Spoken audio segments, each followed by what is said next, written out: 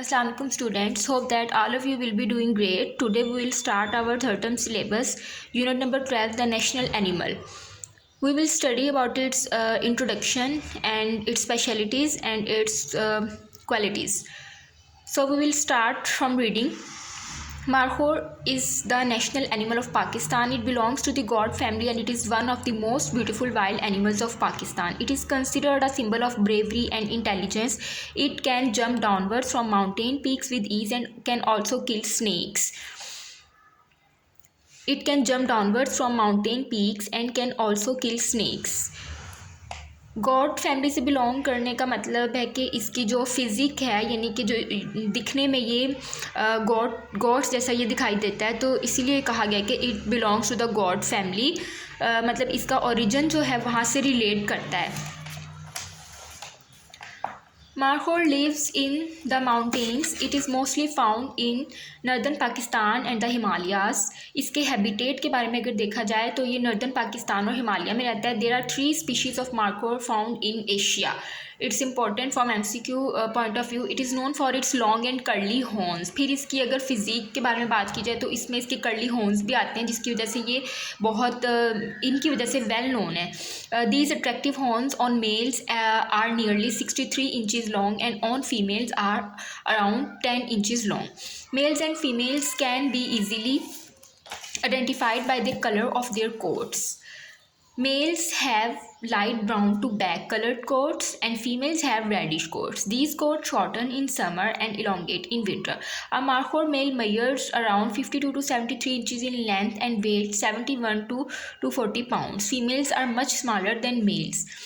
अब यहाँ पे मेल्स और फीमेल्स में डिफ्रेंशिएट करने का बताया गया है। फर्स्ट डिफरेंस जो है वो इनके कोट्स का है, और जो सेकंड कोट से मुराद इनकी बनावट में ही आता है, और सेकंड में बताया गया है कि इनके कलर के हवाले से, एंड थर्ड पे इनके वेट के हवाले से। Females are much smaller than males. Markhor strong powerful legs give it the ability to maintain balance when climbing or simply walking on hills.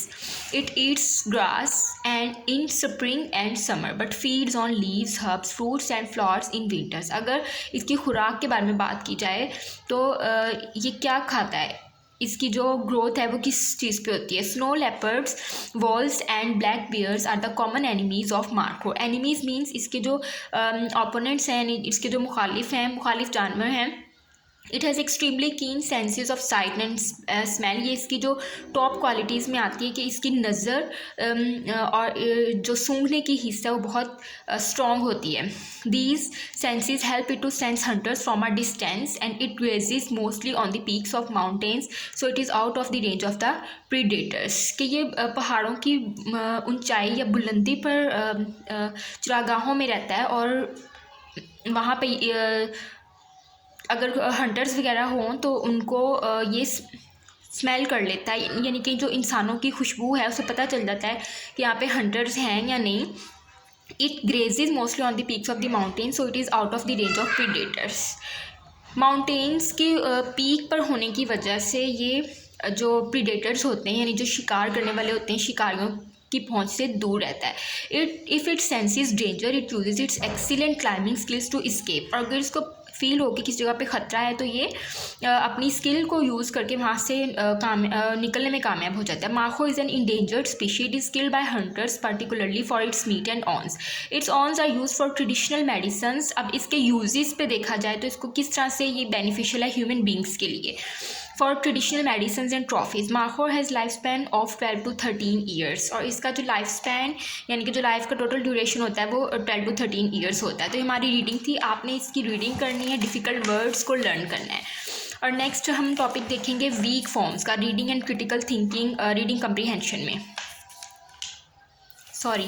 हम लर्निंग द साउंड्स टॉपिक देखेंगे oral communication में. Weak forms of will not and shall not. जब यहाँ पे weak form से मुराद है कि शॉर्ट फॉर्म के विल नॉट और शैल नॉट की जो शॉर्ट फॉर्म है वो हम कैसे राइट कर सकते हैं।